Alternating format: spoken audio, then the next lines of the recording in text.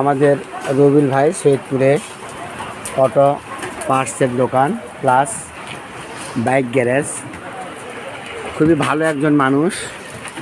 তার দোকানে স্বল্প মূল্যে খুবই ভালো মানের পার্টস পাওয়া যায়।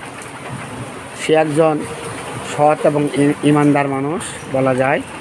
সে খুবই কম, আমার জানা মতে দেখেছি যে রবিউল ভাই যে কোনো পার্টস অন্যান্য দোকানের চাইতে সব সময় কম রেটে সেল দেয় এবং পার্টসের মান খুব ভালো ইনশাল্লাহ। এই যে নতুন গ্যারেজ দিছে, সেই গ্যারেজে প্রচুর পরিমাণের গাড়ি আসে এখানে।